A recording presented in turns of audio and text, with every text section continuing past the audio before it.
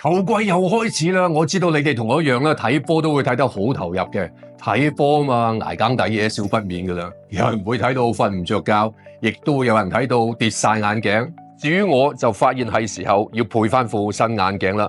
因為睇波嘅時候冇問題啊，但係一拎手機睇數據、球員名單又或者覆信息咁，就開始覺得有啲辛苦、蒙蒙地咁樣。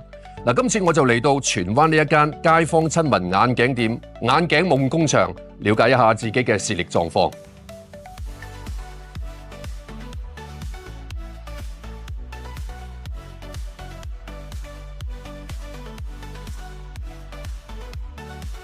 驗眼之後，視光師先俾我試戴老花鏡同埋漸進鏡作出比較。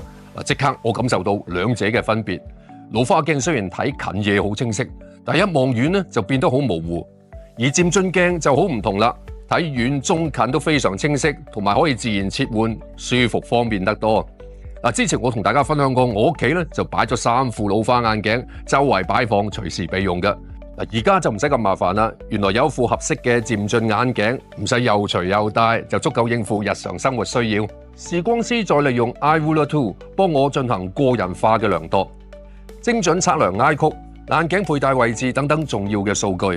呢一種數碼測量比起傳統用筆同埋間尺嘅人手測量係精準得多㗎，仲可以透過近距離視覺行為分析我嘅個人閱讀習慣。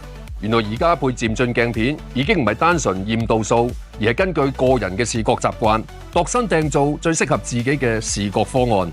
最後我揀咗法國品牌 Frerilux 萬里路個人化漸進鏡片，無論係睇遠睇中抑或睇近，視野都更加廣闊清晰，焦點轉換自然流暢。